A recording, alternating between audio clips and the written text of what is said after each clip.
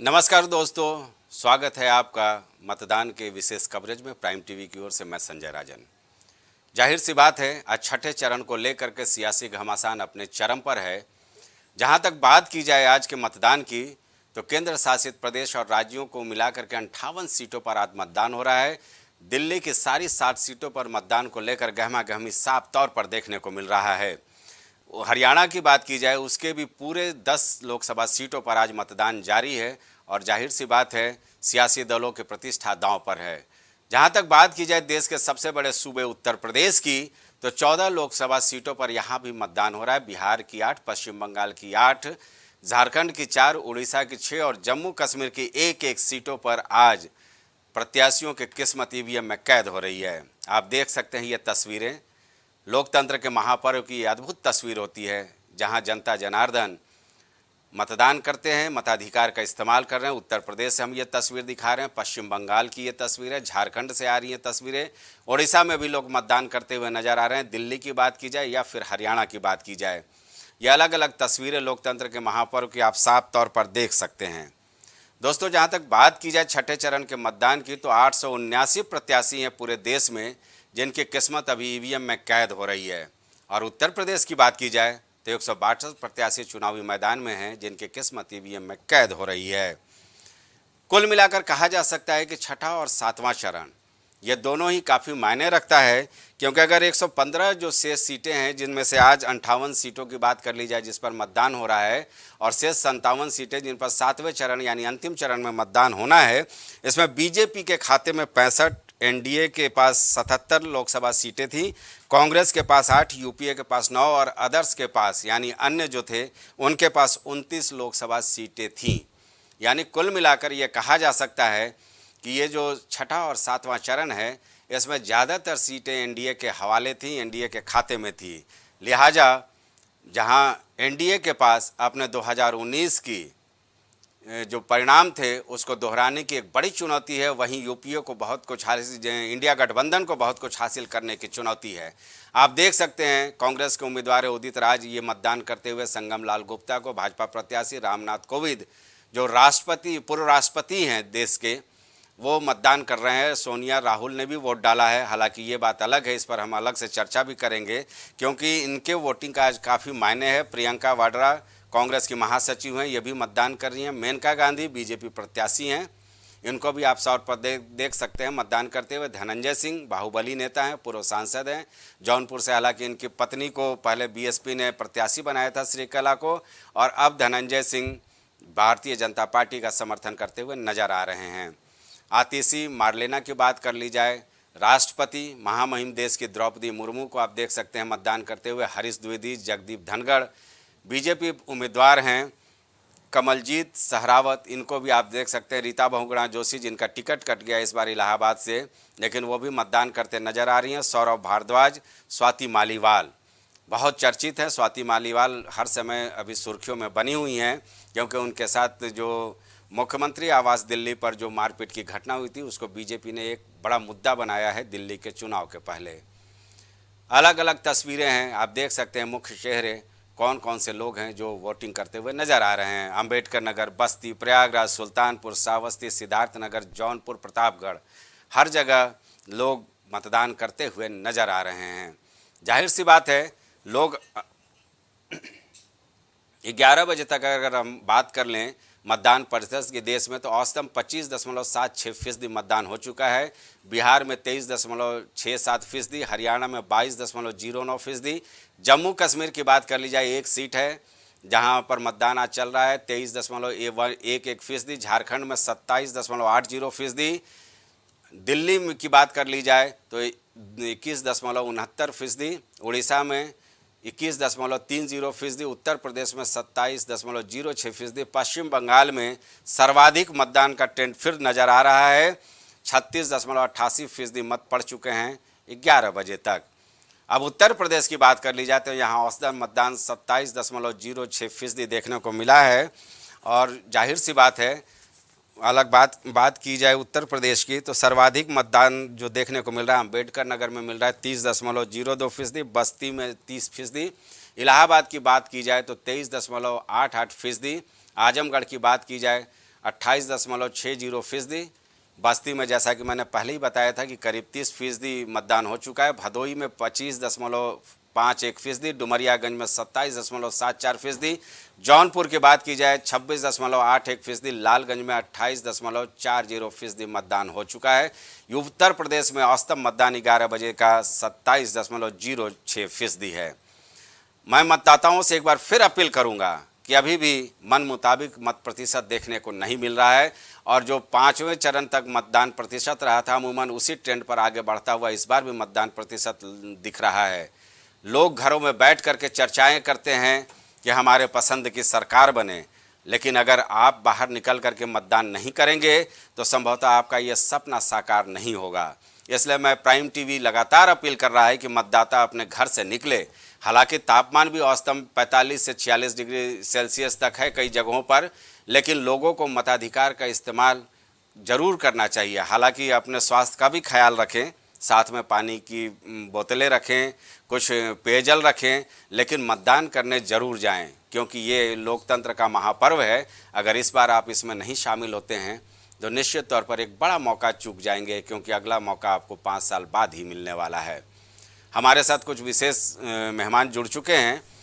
हम बात करेंगे राजेश आनंद जी का, वरिष्ठ पत्रकार हैं और लगातार हमारे साथ चर्चाओं में बने रहते हैं। इनसे हम जानने की कोशिश करेंगे कि छठे चरण का आखिर क्या नब्ज़ है।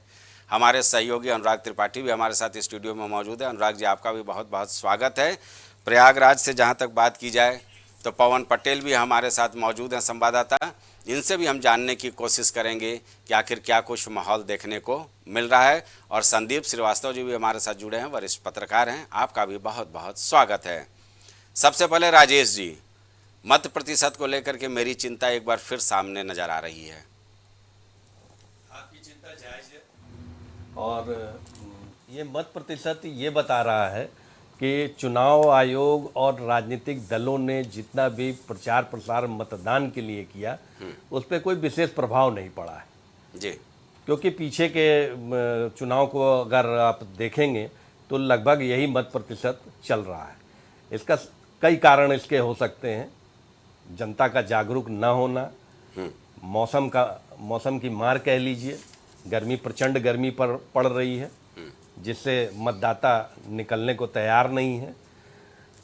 दूसरी एक छोटी सी, चूँकि हमारे इर्द गिर्द ये घटना घटी है इसलिए मैं इसका जिक्र कर रहा हूँ कि अभी पीछे बृहस्पतिवार को गुरु पूर्णिमा की छुट्टी थी जी, और शुक्रवार को फिर कार्यालय खुले थे, फिर शनिवार और इतवार लगभग सप्ताह का अंत था, तो शहर के आधे लोग तो छुट्टी मनाने निकल गए।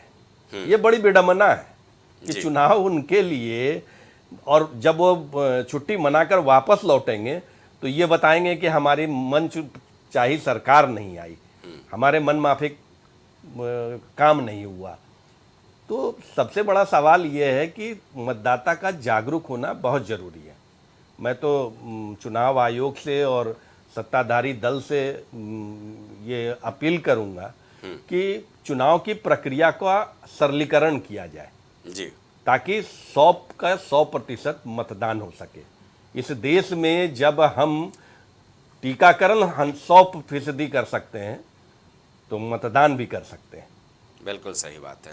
तो इसके लिए पहल करना पड़ेगा, सरकार को भी, चुनाव आयोग को भी टेक्नोलॉजी को डेवलप करना पड़ेगा, तभी ये मतदान का प्रतिशत बढ़ेगा जी। मतदान के प्रतिशत को देखते हुए हमें तो कोई भी चुनावी मुद्दा नजर ही नहीं आ रहा है, चाहे वो राम मंदिर का हो, चाहे वो बेरोजगारी का हो, चाहे वो भ्रष्टाचार का हो। आप जितने बेरोजगारी के आंकड़े बताते हैं उतना प्रतिशत तो मतदान भी नहीं हो रहा है जी। तो ये एक बड़ा सवाल है कि इसके और सत्ताधारी दलों को देखना पड़ेगा। जी, राजेश जी आपके पास आते हैं, चलते हैं। पवन पटेल हमारे साथ मौजूद हैं। प्रयागराज का जंग चूँकि इस बार काफ़ी दिलचस्प है, क्योंकि दो बड़े घराने के जो पुत्र हैं वो चुनाव मैदान में हैं। प्रयागराज की बात कर ली जाए तो जाहिर सी बात है कि वहाँ पर चुनाव जो है काफ़ी दिलचस्प है। क्या कुछ लगता है किसकी इज्जत दांव पर है और किसके दांवों में दम है? पवन, बिल्कुल देखिए राजन जी, अगर हम प्रयागराज की बात करें तो सबसे पहले तो हम राजेश जी की बात का समर्थन कर रहे हैं। जैसा उन्होंने कहा, एकदम अगर प्रयागराज की तस्वीरों की बात की जाए तो यह बात पूरी तरीके से सटीक और सही साबित हो रही है, क्योंकि अगर मौजूदा समय की हम बात कर रहे हैं तो करीब 12:30 बजने को है। प्रयागराज में अगर मतदान के प्रतिशत की बात करें तो करीब 24% मतदान पड़े हैं। तो निश्चित रूप से राजेश जी ने जो बातें कही है वो कहीं न कहीं लोकतंत्र के इस महापर्व पर वो पूरी तरीके से सटीक बैठती हुई नजर आ रही है। उन्होंने बहुत ही बड़ी बात और अच्छी बात कही है कि इस पर विश्लेषण करना चाहिए और इस पर विचार करना चाहिए, इस पर कार्य करना चाहिए। हालांकि जैसा आपने सवाल किया कि प्रयागराज में दो बड़े राजघरानों के पुत्रों की जो है प्रतिष्ठा दांव पर लगी है, तो ये एकदम सही बात है। 16 आने सच है कि प्रयागराज में दो बड़े राजघराने के जो पुत्र है, चाहे हम भारतीय जनता पार्टी की बात करें, भारतीय जनता पार्टी के प्रत्याशी नीरज त्रिपाठी है, जिनके पिताजी पंडित केशीनाथ त्रिपाठी भारतीय जनता पार्टी के वरिष्ठ नेता कहे जाते थे और पश्चिम बंगाल के राज्यपाल भी रह चुके हैं। उनके बेटे नीरज त्रिपाठी भारतीय जनता पार्टी से इलाहाबाद लोकसभा सीट से प्रत्याशी बनाए गए हैं। विपरीत बात करें तो उज्जवल रमन सिंह जो इंडिया गठबंधन से कांग्रेस के प्रत्याशी है। हालांकि उज्जवल रमन की अगर हम बात करें तो उज्जवल रमन उत्तर प्रदेश सरकार में मंत्री भी रह चुके हैं और उनके पिताजी की बात करें तो उनके पिताजी की भी एक बहुत ही बड़ी राजनीतिक विरासत है। तो ये हम कह सकते हैं कि प्रयागराज में दो बड़े राजघराने के जो पुत्र हैं उनकी कहीं न कहीं प्रतीक्षा दांव पर लगी हुई है। अब देखिए किस तरीके से प्रयागराज में लोग मतदान करेंगे, किस तरीके से लोग अपने घरों से निकल रहे हैं, निश्चित रूप से जो शाम की तस्वीरें होंगी, कितने फीसदी प्रयागराज में मतदान होगा, ये सबसे ज्यादा महत्वपूर्ण होगा। और ये बिल्कुल सही है कि किस तरीके से अभी राजेश जी ने ये चर्चा की कि जब छुट्टियों के लोग जो मतदान के लोकतंत्र के महापर्व में लोग छुट्टियां मनाने के तौर से इस दिन को देखते हैं, तो कहीं न कहीं जो मतदान का प्रतिशत है वो एक चिंता का विषय बनता है।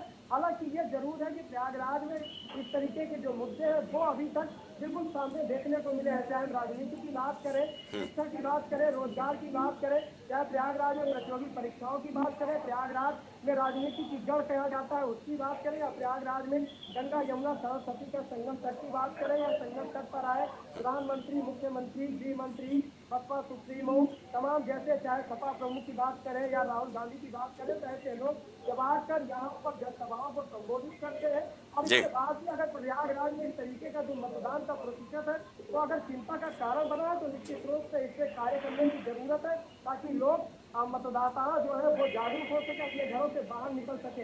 हालांकि प्रयागराज में जिला प्रशासन द्वारा बीते कई माह से लगातार लोगों को जागरूक किया जा रहा है, स्वीप के तहत कार्यक्रम चलाया गया। लेकिन अगर मौजूदा समय की बात करें तो प्रयागराज में जो मतदान का प्रतिशत है वो करीब 24% के आसपास है। तो ऐसे में पवन सबसे बड़ी समस्या आ रही है सामने की।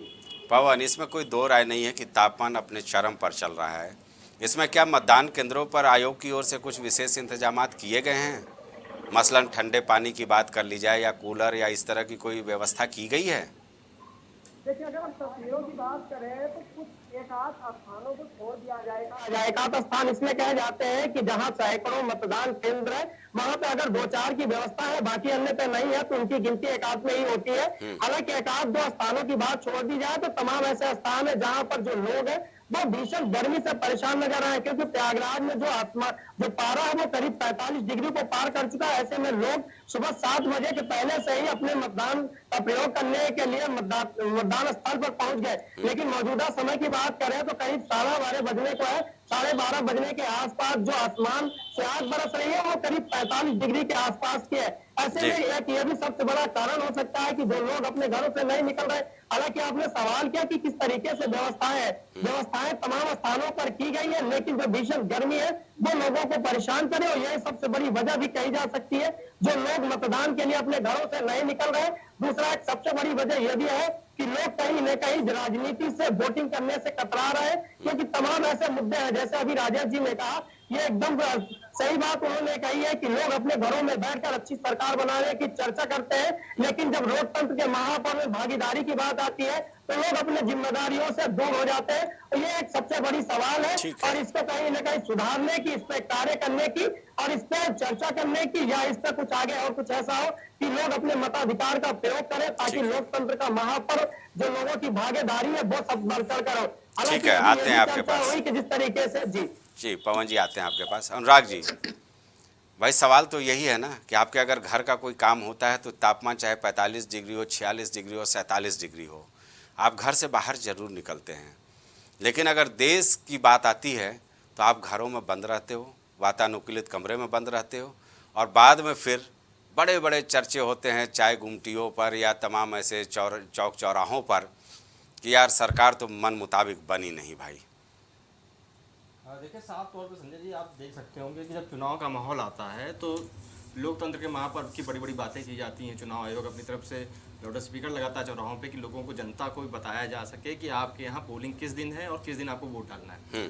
लेकिन असल समस्या ये है कि ये सिर्फ एक ही दिन किया जाता है। उसके ये जो पोलिंग डे होता है उसके आसपास ये सब व्यवस्था शुरू होती है। अगर ये काम आयोग जो है पहले से करता रहे, ऐसा तो है नहीं कि जब चुनाव आता है तो चुनाव आयोग का गठन होता है। ये काम तो पहले से करना चाहिए था, लेकिन पहले से ऐसी कोई जागरूकता फैलाई नहीं जाती है, लोगों तक पहुंचा नहीं जाता है, जिसकी वजह से ये दिक्कतें आती हैं। और लोगों के बीच भी ये बात है कि भाई चुनाव है तो वो पहले से मान के चल रहे हैं कि फलाना पार्टी जीतेगी, फलाना चेहरा इस बार प्रधानमंत्री बन जाएगा। लेकिन ये चेहरा जो है अगर आपको पसंद नहीं है तो आप चुनाव करके ईवीएम का बटन दबा के इसको बदल भी सकते हैं। इस बात के लिए वो पोलिंग बूथ तक नहीं जाता है। तमाम तरह की बातें कहेगा कि भाई गर्मी बहुत पड़ रही है, गर्मी की वजह से भाई बाहर निकलेंगे तो इतनी तेज धूप है, क्या करेंगे। और आयोग भी जो व्यवस्था करता है पोलिंग बूथ की, वहाँ पर भी पंडाल वंडाल लगा के रखता है। और लेकिन अब ये सबसे बड़ी चीज़ ये है कि जिस तरह से पहले वोटर स्लिप बांटी जाती थी लोगों के घर घर जाकर के, वो चीज़ें नहीं हो पा रही हैं। इसके अलावा बूथ लेवल जो ऑफिसर, ये जब राजधानी लखनऊ में देखने को नहीं मिला अनुराग, तो बाकी जिलों की तो बात ही है। हाँ, तो बिल्कुल आप समझ इसमें सकते हैं। ऑनलाइन की भी व्यवस्था की गई थी। इस बार पर्ची चुनाव आयोग ने ऑनलाइन भी निकालने का हाँ। सहूलियत दी थी, तो ऐसा नहीं है। हाँ, लेकिन राजेश जी आपको बताएं जी, आपको जी। कि जिस तरह से जो वोटर स्लिप की बात कर रहे हैं, ऑनलाइन जो पर्ची थी और जो वोटर लिस्ट बनी है उसमें काफी डिफरेंसेस थे। उसको अपडेट नहीं किया गया। अपडेट नहीं किया गया, तमाम लोग वोटर आईडी अपने लिए घूम रहे थे। उनको ये नहीं पता है कि किस पोलिंग बूथ पे जाकर उनको वोट डालना है। तो इस तरह की दिक्कतें भी, प्रैक्टिकल प्रॉब्लम जो सामने आई है उसकी वजह से भी पोलिंग परसेंटेज पे अच्छा खासा असर पड़ा है। अभी तक हम देख रहे हैं कि 11 बजे तक पोलिंग अच्छी खासी चल रही है, क्योंकि इस समय थोड़ी धूप कम रहती है। लेकिन जैसे जैसे दिन चढ़ेगा, तापमान बढ़ेगा, ये तापमान एक अच्छा खासा असर डालेगा ये पोलिंग परसेंटेज पे। ये हम पहले के भी चरणों में देख चुके हैं और ये छठे चरण में भी देखने वाले हैं। हालांकि मुकाबला काफी टक्कर का है इस बार। पूर्वांचल की बात करें तो पिछली बार जो 14 सीटों पर चुनाव हो रहा है उसमें 9 सीटें बीजेपी जीती थी, 4 जो थी बीएसपी के खाते में गई थी, जिसमें जौनपुर, अंबेडकर नगर, लालगंज और श्रावस्ती की सीट थी। 1 सीट आजमगढ़ की समाजवादी पार्टी जीती थी 2019 में। लेकिन जब बाई इलेक्शन हुआ, जब अखिलेश यादव ने अपना नाम वापस लिया, इस्तीफा दिया इस सीट से, तो धर्मेंद्र यादव वहां पर आए। मुकाबला हुआ वहां पर, जो निरहुआ हैं इस बार, वो इस समय सिटिंग एमपी है वहां पर। तो गुड्डू जमाली ने आके वहां उनका पूरा खेल बिगाड़ दिया, जो बीएसपी में उस समय हुआ करते थे। लेकिन अब गुड्डू जमाली को भी समाजवादी पार्टी ने अपने खाते में शामिल कर लिया है, उनको एमएलसी बना दिया है। तो मुकाबला काफी दिलचस्प है हर जगह। इसी तरह जगदम्बिका पाल को देखिए, वो कांग्रेस से लड़ते रहे, फिर बीजेपी में आए और बीजेपी से डुमरियागंज जीत भी गए। लेकिन उनके सामने क्या है, इस बार भीष्म शंकर तिवारी हैं, जो हरिशंकर तिवारी के बेटे हैं। उनका अपना जनाधार है, उनका अपना बल है, जिसके दम पे वो जो समीकरण है वो बदल सकते हैं। इसी तरह की तमाम सीटें हैं, लालगंज चले जाइए, वहाँ नीलम सोनकर हैं, काफ़ी दम रखती हैं। लेकिन उनके सामने भी दरोगा प्रसाद सरोज है। दरोगा प्रसाद सरोज कोई कमजोर कैंडिडेट नहीं है, समाजवादी पार्टी के काफ़ी कद्दावर नेता माने जाते हैं, सांसद भी रहे हैं। इसमें कोई दो राय नहीं है अनुराग कि इस बार बड़े सोच समझ के इंडिया गठबंधन ने भी अपने प्रत्याशी उतार रहे हैं। और सबसे बड़ी बात है कि एक लोकसभा सीट ऐसी भी है जहाँ पर टीएमसी, तृणमूल कांग्रेस भी भाग्य आजमा रही है। उस सीट की बात कर लें, भदोही, विनोद सिंह वर्सेज यहाँ पर ललितेश पति त्रिपाठी का मुकाबला है। हालांकि इंडिया गठबंधन का साथ है, देखते हैं क्या कुछ होता है। लेकिन सबसे पहले संदीप जी, आपको भी चर्चा में मैं शामिल कर लूँ। जिस तरह से मतदान प्रतिशत पर हम पहले चरण में बात करेंगे, फिर मुद्दों पर आते हैं। मतदान प्रतिशत कम आ रहा है। जो इंडिया गठबंधन के लोग हैं वो सोच रहे हैं कि उनकी बात बन गई। भारतीय जनता पार्टी ये सोच रही है कि 400 पार का नारा उनका सफल हो गया। भाई ये जो मतदान प्रतिशत कम हो रहा है, इसको किसको नफा और किसको नुकसान हो रहा है? संदीप।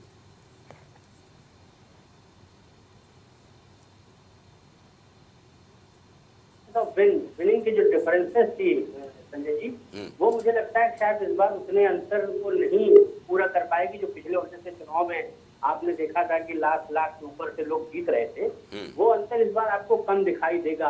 और वोटिंग परसेंटेज कम होने की वजह मुझे लगता है उसमें मतदाता ज्यादा जिम्मेदार है, बनस्पत आप किसी और पार्टी को, अगर निर्वाचन आयोग को कहें, किसी पार्टी को। मैं लखनऊ में रहता था, मेरा निर्वाचन केंद्र था प्रयागराज।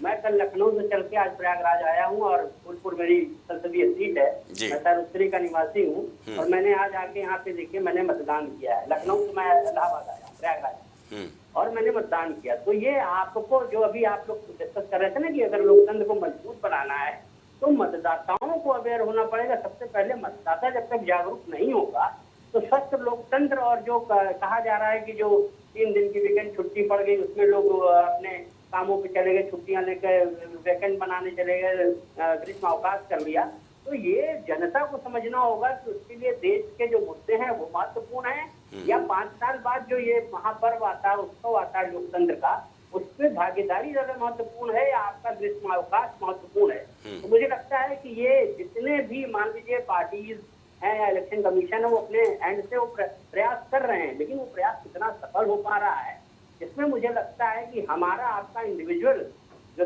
सोचना है वो बहुत महत्वपूर्ण है। इंडिविजुअल अगर हमारी आपकी सोच होती है तो मुझे लगता है कि मतदाता कहीं पे, मैं कल जिस बस से आ रहा था लखनऊ से प्रयागराज, उसमें कम से कम 20 ऐसे लोग थे जो सिर्फ वोट डालने प्रयागराज और फूलपुर में आ रहे हैं।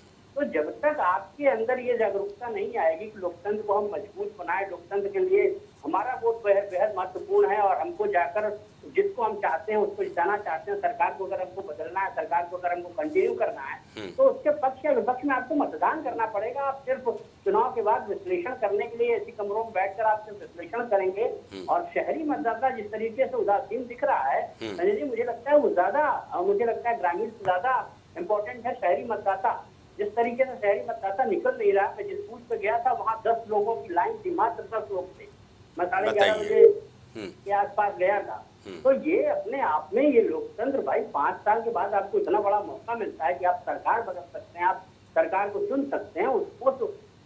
इस उत्सव को आप जो आपको ये प्रक्रिया मिली है उस प्रक्रिया को आप छोड़ के आप मौसम का मजा लेने कहीं नैनीताल तो कहीं मान लीजिए किसी हिल स्टेशन पे आप जा रहे हैं, तो ये मुझे लगता है कि अवेयरनेस आपको अपने अंदर लानी पड़ेगी। आप अगर राजेश जी, संदीप, ठीक है राजेश जी एक सवाल ले लीजिए। जी जी, जिस उदासीनता की बात संदीप कर रहे हैं जी, जाहिर सी बात है जनता को कहीं इस बात का एहसास तो नहीं हो रहा है कि वो जो सोचते हैं, जो वादे होते हैं, जो दावे होते हैं सियासी मंच से, वो उनको मिलना नहीं है। वो जानते हैं कि आज गैस सिलेंडर 1200 रुपये का है, कल 1600 रुपये का होना ही होना है, चाहे जो सरकार आए। वो ये मान करके चलते हैं कि आज दाल जो 100 रुपये किलो वो खरीद रहे हैं, कल को 150 रुपये किलो खरीदना ही खरीदना है, चाहे जो सरकार आए। तो एक उदासीनता का माहौल जो बन रहा है, इसकी बड़ी वजह ये तो नहीं हो सकती है। और दूसरा ये कि ये विडंबना है कि आज पूरे विश्व की निगाह, आप अमेरिका से लेकर लंदन से लेकर फ्रांस से लेकर पेरिस से, जितने भी शक्तिशाली देश हैं विश्व के, उनकी निगाहें टिकी होंगी भारत के इस मतदान पर, भारत के इस आम सभा चुनाव को लेकर के, क्योंकि एक सशक्त भारत की परिकल्पना पूरे विश्व कर रहा है। ऐसे में ये एक बड़ी विडंबना है कि कोई 30% मत प्रतिशत का 30% हिस्सा हासिल कर ले और केंद्र में सत्ता बना ले, और 70% लोग जो सरकार को नामंजूर करते हैं उसके बावजूद केंद्र में वो सत्ता होती है।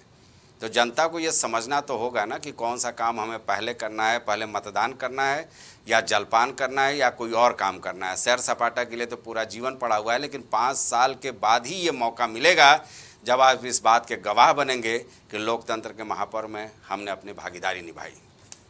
इसमें सारा दोष जनता को मढ़ देना उचित नहीं है। जैसा संदीप जी ने कहा, मैं उनकी बात से सहमत नहीं हूँ। संदीप जी सक्षम हैं तो लखनऊ से प्रयागराज जाके उन्होंने मताधिकार का प्रयोग किया। मुझे इस बात का जवाब दे दीजिए कि 10 से 12-15 हज़ार कमाने वाला गुजरात में बैठा एक युवा उत्तर प्रदेश के आजमगढ़ में सिर्फ मतदान देने के लिए आके अपने महीने का बजट नहीं बिगाड़ सकता। ये एक बड़ा सवाल है। जो तबका मजदूरी के लिए फैक्ट्रियों में काम करने के लिए गुजरात, महाराष्ट्र, उत्तर प्रदेश और बिहार से निकल के जा रहा है, वो अपनी 2 जून की रोटी नहीं जुटा पा रहा है, तो वो मत डालने के लिए बिहार और उत्तर प्रदेश के सुदूर जिलों में, कस्बों में आके मत नहीं डालेगा। इसलिए मैं संदीप जी की इस बात से सहमत नहीं हूँ। दूसरी बात आपने जो जिक्र किया कि मतदाताओं का उदासीनता, महंगाई और अपने रोजी रोटी की समस्याओं में जो वर्ग फंसा है वो उसे अपने जीवन यापन के लिए संघर्ष करना है, वो देश के लिए नहीं सोचता है। देश के लिए सोचने के लिए एक अलग वर्ग बना हुआ है। आप, मैं तो कई चुनाव कवरेज में मैंने देखा भी है, बहुत लोग अपनी जीविका के लिए परेशान हैं, वो अपने बच्चों की पढ़ाई के लिए परेशान हैं, युवा वर्ग अपनी नौकरी के लिए परेशान है। तो वो अपने, इसमें एक सुझाव मेरी तरफ से ये होता कि जिस तरीके से बाध्यता ला दी जाती है कि आपको, क्योंकि मतदान के लिए सरकार ने अभी तक कोई बाध्यता नहीं की है जी। आपको अगर याद होगा बीते 2 साल में आपके पास अगर वैक्सीनेशन का कार्ड नहीं होता था तो आप एयरपोर्ट नहीं जा सकते थे, ट्रेन में यात्रा नहीं कर सकते थे, मॉल में नहीं घुस सकते थे। तमाम ऐसी बाध्यताएं थी, लोगों ने उसका पालन किया और लोग गए। उसी तरीके से मतदान की भी बाध्यता सुनिश्चित करनी होगी और सरलीकरण बहुत जरूरी है। मतदाता, आधे मतदाता तो इसीलिए मत नहीं करते कि उनके पास इतने वो सक्षम नहीं है कि वो अपने जहाँ पे उनकी मतदाता लिस्ट में नाम है वहाँ जाके वो वोट दे सके। नहीं, इसमें राजेश जी जो प्रतिशत की बात की जाए तो ये बहुत कम प्रतिशत होगा जो गुजरात, महाराष्ट्र और दूसरे जगहों पर जाते होंगे। लेकिन बाकी लोग क्या करें? अगर मान लीजिए कि मैं 5 से 10% की भी बात कर लेता हूँ, जी, चलिए वो नहीं दे पा रहे हैं, अरे तो 10% बाकी अगर 60-70%, 80% लोग क्या कर रहे हैं? 10% अगर मतदान बढ़ जाता है तो प्रतिशत ऐसे ही बढ़ेगा। प्रतिशत बढ़ाने के लिए बाध्यता जरूरी है। हम तो औसतन 60 से 65% तक जा पा रहे हैं। जी संदीप, कुछ बोलना चाह रहे हैं?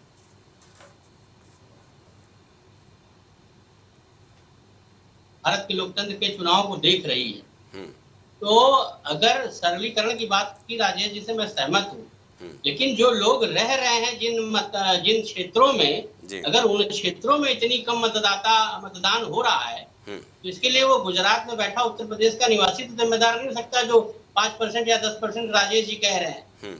मैं ये कह रहा हूँ कि अगर आपको लोकतंत्र बदलना, जो आप अपने इंट्रोडक्शन में बात कह रहे थे कि हमको सरकार बदलनी है या सरकार को कंटिन्यू करना है, तो इसके लिए हमको एक दिन की ये गर्मी अगर हमको लगता है कि हम बर्दाश्त कर सकते हैं, हम झेल सकते हैं, तो क्या मतदान नहीं कर सकते?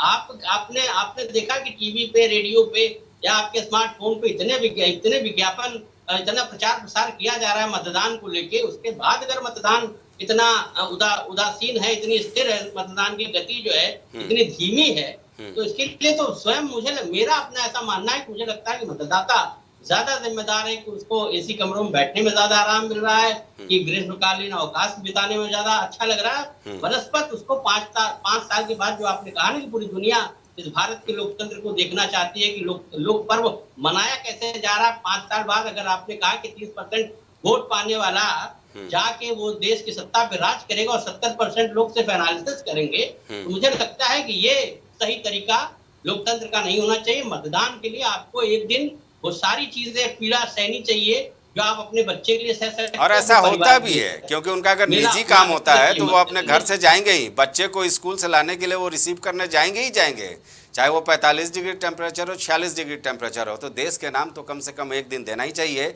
और मैं बार बार प्राइम टीवी के जरिए अपील कर रहा हूँ मतदाताओं से कि जो भी ये चर्चा सुन रहे हो, कम से कम घर से जरूर निकलें और अपने मताधिकार का इस्तेमाल करें। पवन, जहाँ तक मुद्दों की बात की जाए, क्योंकि आप ग्राउंड, पवन से जरा सवाल ले लें। पवन, ग्राउंड जीरो की बात कर ली जाए तो क्या मुद्दे चल रहे हैं? मंगलसूत्र से लेकर के आरक्षण से लेकर तमाम चीज़ें ऐसे देखने को मिली, लेकिन जनता क्या उनसे इत्तेफाक रखती है? बिल्कुल राजन जी, देखिए अगर हमारी व्यक्तिगत माने और हमारी व्यक्तिगत राय की बात करें तो सबसे पहले तो जैसा भी आपने अपील किया, मैं भी एक अपील, चूंकि मैं प्राइम टीवी का एक सिपाही हूँ, मैं भी देखिए मैं सुबह से ही मैंने अपने पूरे कर्तव्य को निर्वहन किया और ये देखिए मैंने भी मतदान किया। हालांकि इसलिए मैं दिखा रहा हूँ कि मेरी भी अपील है कि लोग अभी भी समय है, देश के लिए अपना कुछ वक्त निकाले, आके मतदान करें। आपने सवाल किया कि किस तरह के मुद्दे हैं लोगों के बीच में, किस तरह के मुद्दे को लेकर लोग मतदान स्थल पर जा रहे हैं, तो ये सबसे बड़ी बात और सबसे महत्वपूर्ण सवाल है। कई तरह के मुद्दे हैं, चाहे बेरोजगारी की बात की जाए, शिक्षा की बात की जाए, महिलाओं की बात की जाए, या नौकरियों की बात की जाए, या रसोई के बिगड़ते स्वाद की भी बात की जाए, या तमाम जो अन्य मूलभूत सुविधाएं उसकी बात की जाए, ये पूरी तरीके से मुद्दे इस पूरे चुनाव पर भारी है। प्रयागराज चूंकि एक बहुत बड़ा शहर है और पूरे विश्व में इसकी एक अलग पहचान है। प्रयागराज की बात इसलिए भी पूरे देश में की जाती है कि प्रयागराज की तमाम ऐसी तस्वीरें हैं जो हमेशा से पूरे देश को, पूरे विश्व को अपनी ओर आकर्षित करती है। चाहे वो प्रमुख त्योहारों की बात की जाए, प्रमुख दिनों की बात की जाए, या किसी वर्ग विशेष की बात की जाए, हर वो प्रमुख त्योहार, हर वो प्रमुख दिन प्रयागराज की अलग अलग तस्वीरें अपनी ओर लोगों को आकर्षित करती है। और ये भी सबसे बड़ा महत्वपूर्ण इसमें सवाल जुड़ जाता है कि कुछ ही दिनों पूर्व प्रयागराज के कई स्थानों पर लोगों ने चुनाव का, मतदान का बहिष्कार करने का ऐलान किया था। जब उनसे बातचीत की गई जमीनी स्तर पर, हकीकत देखी गई। पवन, वहाँ प्रयागराज की बात की जाए तो रीता बहुगुणा जोशी को हमने देखा, वो वोटिंग करते हुए नजर आई थी, लेकिन अगर उनका टिकट कटा है तो क्या इसका कहीं ना कहीं एक चैलेंज नीरज त्रिपाठी को तो नहीं मिल रहा है? कोई भीतरघात की संभावना तो नहीं दिख रही है वहाँ पर? और रही बात उज्जवल रमन की, तो क्या रेवती रमन की विरासत को ये संभाल पाने में सक्षम होंगे? बिल्कुल राजन जी, देखिए सवाल आपका महत्वपूर्ण है, लेकिन ये कह पाना थोड़ा सा कठिन होगा कि रीता बहुगुणा जोशी का टिकट आखिर किस वजह से कटा है, क्यों नीरज त्रिपाठी को मैदान में उतारा गया। और सबसे बड़ी बात है, कितने बड़े चुनाव में इस तरीके का दांव खेलना, नए प्रत्याशी को मैदान में उतारना, ये राजनीति का और जो भारतीय जनता पार्टी का जो शीर्ष नेतृत्व है, ये उसका फैसला है। लेकिन अगर हम भीतरघात की बात करें तो प्रयागराज में तमाम ऐसे स्थान है जहां पर तमाम स्थानों पर लोगों ने मौजूदा जो सांसद रहे हैं, निवर्तमान सांसद, उनको लेकर तमाम तरह के सवाल किए गए। कई स्थानों पर लोगों ने विकास कार्य न होने के आरोप लगाए हैं। कई स्थानों पर लोगों ने चुनाव का, मतदान का बहिष्कार न करने का ऐलान किया। तो ये तस्वीरें कहीं न कहीं ये महत्वपूर्ण हो रही हैं कि आखिर लोकतंत्र के इस महापर्व में लोग अपने घरों से क्यों नहीं निकल रहे हैं, मौजूदा समय में लोग मतदान स्थल पर क्यों नहीं जा रहे। ये बड़ा सवाल है और इस पे कार्य करने की जरूरत है। निश्चित रूप से अगर इस तरीके की तस्वीरें दिख रही हैं तो कहीं न कहीं आने वाले दिनों में लोग जो है वो मतदान से दूर हो रहे हैं। ठीक है पवन, बने रहिए। अनुराग, अगर सीटों की बात कर ली जाए, या जो कहा जा सकता है चर्चित चेहरे जिनके इस बार साख दांव पर है, सुल्तानपुर की बात कर ली जाए, हालांकि वरुण गांधी देर से ही सही एक चुनाव प्रचार करने केवल अपने माता मेनका के लिए आए यहाँ पर। क्या लगता है, मेनका जी का राह आसान है? क्योंकि समाजवादी पार्टी वहाँ के 2 बाहुबलियों को अपने साथ लाने में कामयाब हो गई है। जाहिर सी बात है, नाम बताने की आवश्यकता नहीं है, सोनू सिंह, मोनू सिंह। देखिए सबसे बड़ी बात संजय जी ये है कि मेनका राजेश जी, आपसे आपके पास मैं आऊँगा और जौनपुर पर आपकी समीक्षा लूँगा। हाँ अनुराग, पहले सुल्तानपुर पर। तो संजय जी देखिए सबसे बड़ी बात ये है कि सुल्तानपुर की तस्वीर देखिए कि पिछले जो चुनाव हुआ 2019 का, मामूली अंतर से मेनका गांधी जीती थी। तो इस बार भी उनका चुनाव को इतना आसान होने वाला नहीं है। उनके बेटे का टिकट कट गया, वो लाख चाहती रही कि वरुण गांधी को टिकट मिल जाए, नहीं मिला। अब मेनका गांधी के सामने जिस तरीके से चैलेंजेस हैं, राम भुआल निषाद हैं वहाँ से, इसके अलावा उदराज वर्मा है बीएसपी से, तो ये चैलेंज कम नहीं होने वाला है। क्योंकि जातिगत आंकड़े जो हैं वो समीकरण बनाते भी और बिगाड़ भी देते हैं। लेकिन मेनका गांधी का अपना एक व्यक्तित्व रहा है, उस पर वोट भी पड़ते रहे। और मेनका गांधी ये गिनाती भी हैं अब जो चुनाव प्रचार के दरमियान कि उन्होंने क्या कुछ उस क्षेत्र के लिए किया। लेकिन अपोजिशन भी तो बताता है ना कि क्या करना चाहिए, तो क्या इन्होंने नहीं किया। तो इसको लेकर के चर्चा बहुत गर्म है। और जिस तरह सोनू सिंह और मोनू सिंह की बात आप कर रहे हैं कि ये सब चीज़ें हैं, लेकिन आंकड़े हैं जो वहाँ घूम भी सकते हैं। तमाम ऐसे बूथ हैं जहाँ पर जो वोटिंग परसेंटेज है वो बढ़ा है, लेकिन तमाम ऐसे भी बूथ हैं जहाँ वोटिंग परसेंटेज कम है। तो ये कम ज़्यादा वाला जो अंतर है, ये कहीं ना कहीं मेनका गांधी के लिए खतरा भी पैदा कर सकता है और राम भुआल के लिए वहाँ पर जगह भी बना सकता है। तो यही चीज़ यहाँ पे उदराज के लिए भी है भाई, जो जातिगत समीकरण है वो भी उनको फायदा पहुंचा सकता है। और पिछली बार 2019 का जो चुनाव हुआ उसमें साफ तौर पे दिखाई देता है ना कि बहुत कम अंतर से किसी तरीके से जीत गई मेनका गांधी। और मेनका गांधी को सब लोग यही मानते हैं ना कि चुनाव जीत जाएंगी। सुल्तानपुर में रहती तो वो है नहीं, कितना उनका आना जाना बना रहता है। अब सुल्तानपुर का जो आदमी है वो ढूंढता रहता है कि भाई हमारा नेता कहाँ है, उसको कोई समस्या होगी किसके पास जाएगा। दूसरी बात ये जो एमपी का चुनाव है, जिस तरह से आप देखते हो सांसदीय का चुनाव, इसमें थोड़े आंकड़े अगले तरह दिखाई देते हैं। विधानसभा के चुनाव में अलग तरीके से क्षेत्रवाद ज़्यादा दिखाई देगा।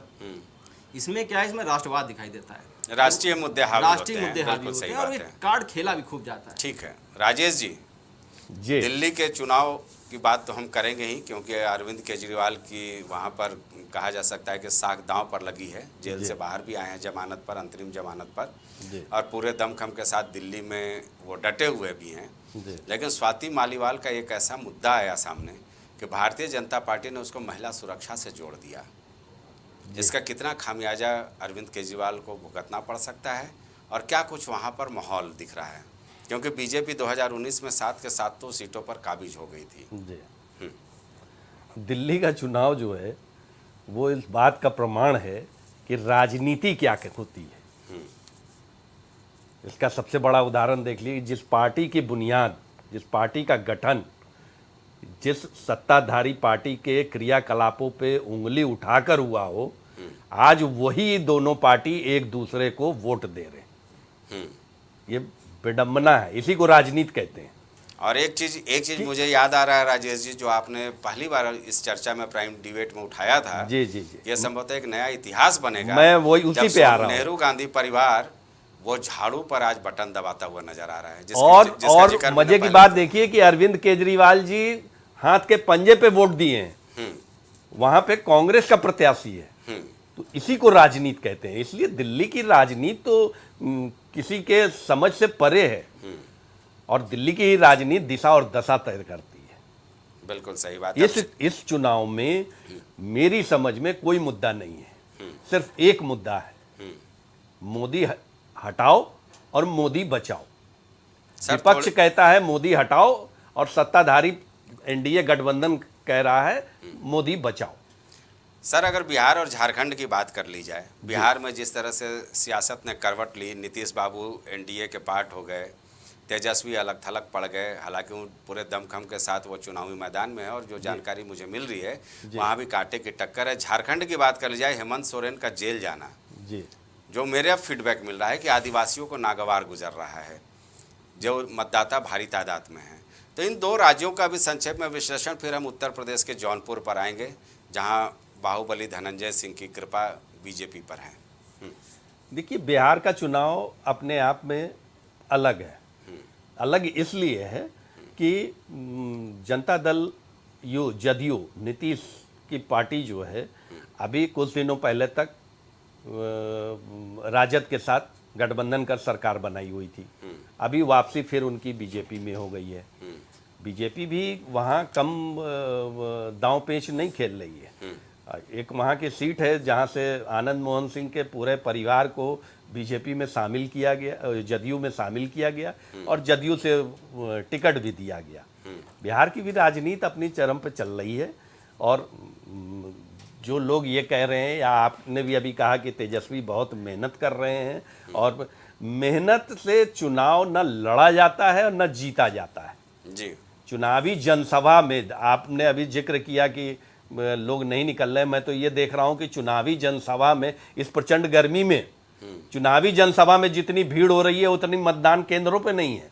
बिल्कुल सही बात है। तो कहीं ना कहीं चुनावी सभा में जो लोगों की भीड़ जुट रही है, उसके पीछे का राज क्या है, सोचने का विषय तो ये है। बिल्कुल कि सही। जितनी भीड़ वहां उठ रही है, अगर उतने ही मतदान केंद्र पे आ जाए तो ऑटोमेटिकली मतदान का प्रतिशत बढ़ जाएगा।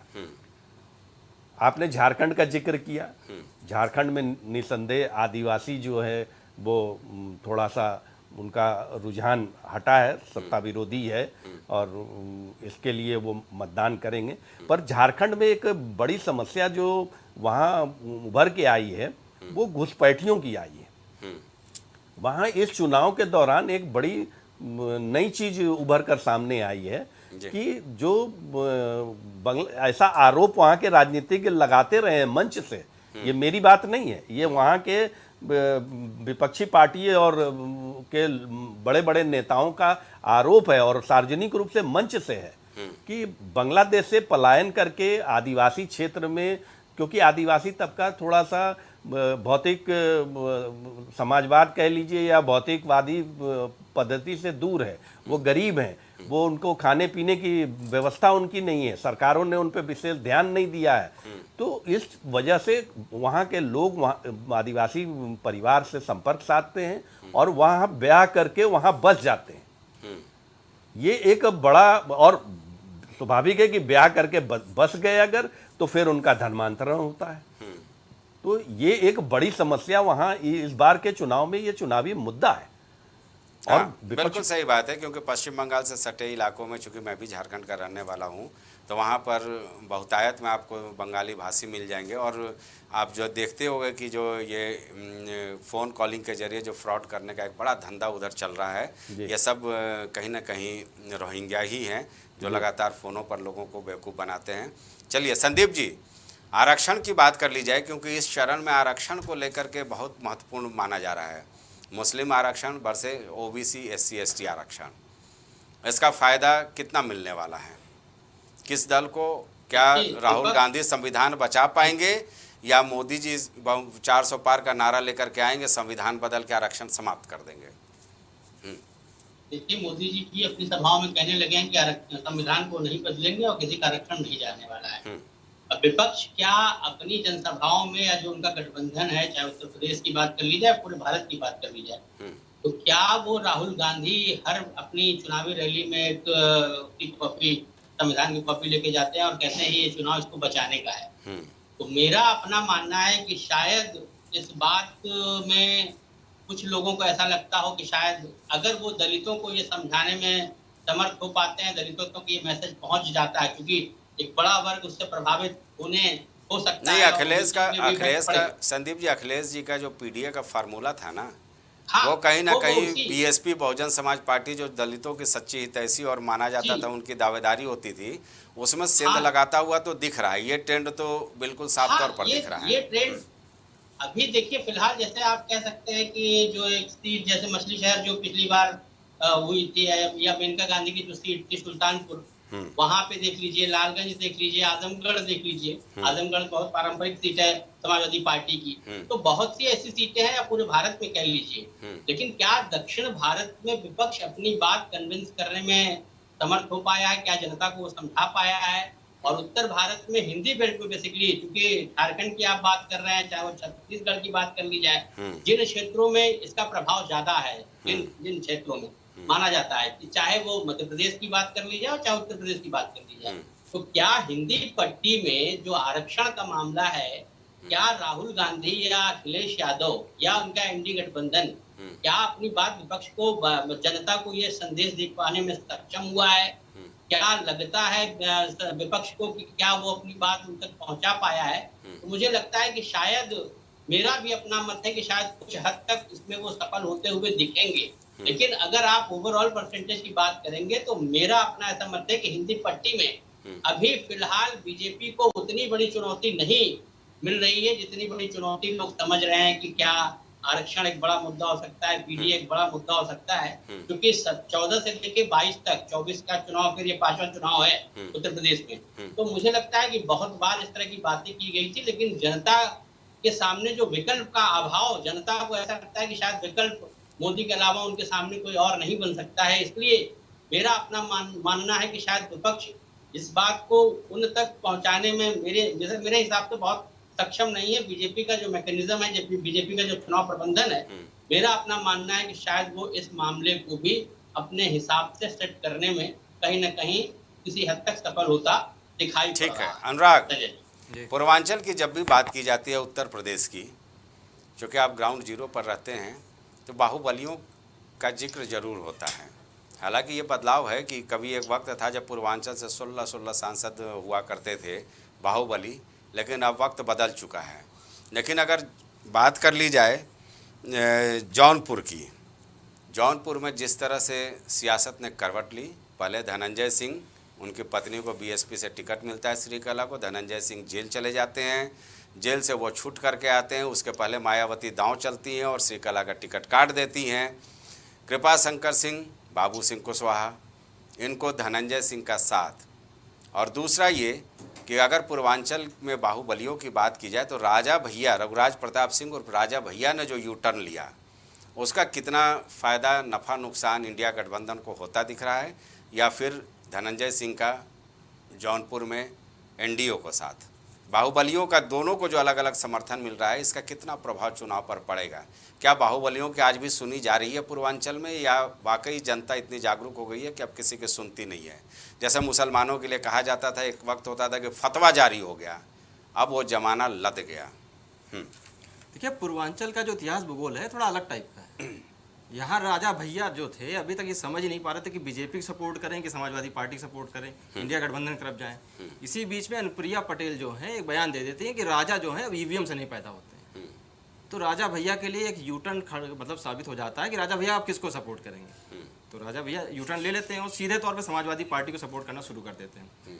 अब बीजेपी के पास क्या है, वो धनंजय सिंह को देख रही थी कि धनंजय सिंह जो 7 साल की सजा काटे रहे हैं उनको जमानत अमानत कैसे दिलाई जाए और उनको अपने लिए तैयार किया जाए। तो बीजेपी ने यही किया कि बीएसपी से टिकट मिला था उनकी पत्नी को, श्रीकला रेड्डी, तैयारी पूरी थी कि भाई इस बार चुनाव लड़ेंगी। लेकिन क्या हुआ कि धनंजय सिंह बाहर आ गए तो फिर उन्होंने टिकट भी वापस ले लिया। अब धीरे से वो बीजेपी की शरण में भी चले गए।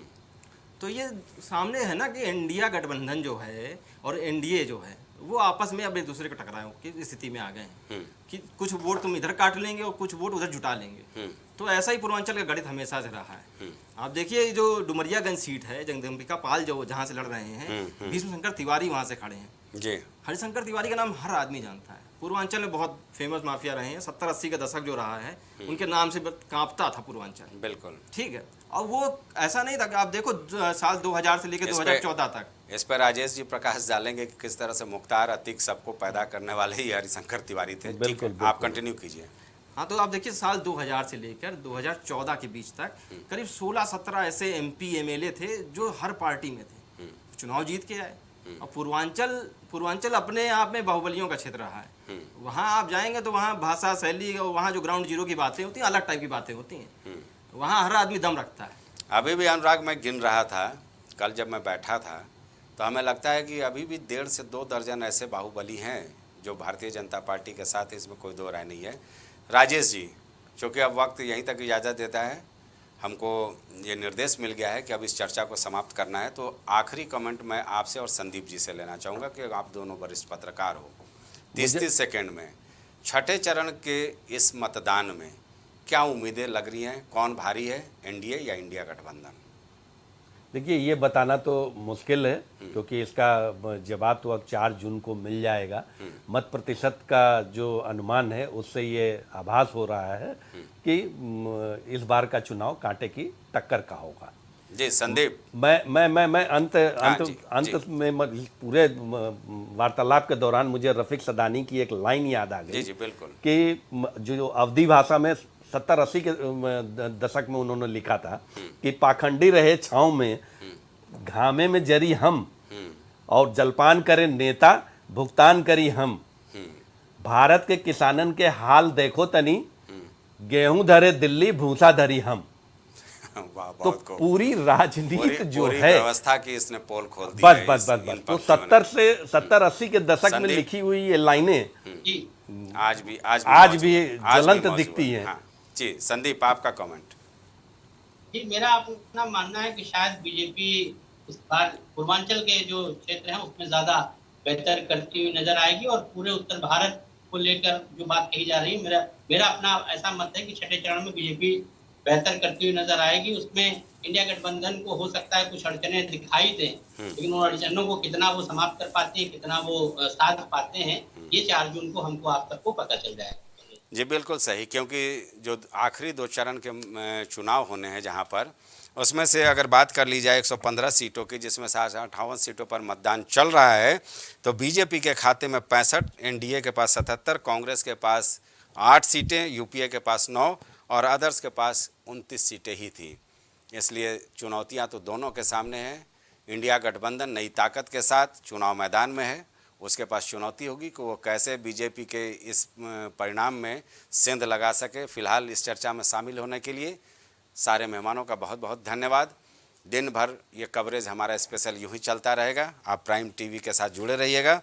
इसमें 2 राय नहीं है कि कहीं ना कहीं जो मुद्दे हैं, कहीं ना कहीं जो दावे हैं सियासी मंच से, वो जनता को उदासीन करते हुए नज़र आ रहे हैं और इसके बारे में सारे सियासी दलों को ये समझना पड़ेगा, सोचना पड़ेगा कि आखिर ये जो मतदान का प्रतिशत है क्यों कम हो रहा है।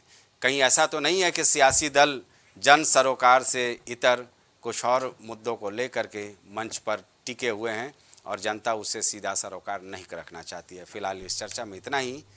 नमस्कार। कुछ भाव पुष्प आप देख रहे हैं प्राइम टीवी, सच साहस सरोकार। BabaSahebShadi.com ये पोर्टल वेबसाइट शादी विवाह के रिश्तों के लिए ये बहुत ही भरोसेमंद और बेहतरीन पोर्टल वेबसाइट है। अभी तक बहुत सारे लोगों ने इस पर भरोसा किया है और मनचाहा रिश्ता पाया है। ये पूर्णतः सुरक्षित है। आप आज ही अपना निशुल्क पंजीकरण कराएं और मनचाहा रिश्ता पाएं। एम प्लैनेट डिजिटल वर्ल्ड लेकर आया है इलेक्ट्रिक स्कूटर की दुनिया में नई क्रांति। बेहतर कंफर्ट, आधुनिक सुविधाओं से लैस रोड का नया बादशाह। इलेक्ट्रिक स्कूटी अपनाए, प्रदूषण को कहे बाय बाय। पता प्रोफेसर कॉलोनी, कमला नगर, आगरा। करी भोजपुरी के पहला story telling mobile app यायावरी via Bhojpuri play store से और डूब जाएं दुनिया भर के कहानियन के अद्भुत सागर में आपन भाषा भोजपुरी में। यायावरी वाया भोजपुरी, कथा कहानी आपन बानी। MGM hospital and research centre, advance neuro and spine surgery centre. आपका स्वास्थ्य ही हमारी प्राथमिकता। पता झलवा, प्रयागराज। मस्तिष्क मनोरोग, नस एवं नशा मुक्ति के विशेषज्ञ डॉक्टर राकेश पासवान। पता Sitaram hospital, Darbhanga colony, Lowther road, Prayagraj. Cosmo laser dental clinic and dental implant centre जो देता है आपको वर्ल्ड क्लास की बेहतरीन डेंटल सुविधाएं। पता प्रथम तल, Vrindavan tower, opposite hotel JK palace, civil lines, Prayagraj, Uttar Pradesh. संपर्क करें 3938882172। गोयल सुपर स्पेशलिटी हॉस्पिटल आपके लिए लेकर आया है world class heart care facilities, जहां होता है हार्ट समेत सभी बीमारियों का बेहतर इलाज। संपर्क करें अयोध्या रोड, चिन्हट, लखनऊ।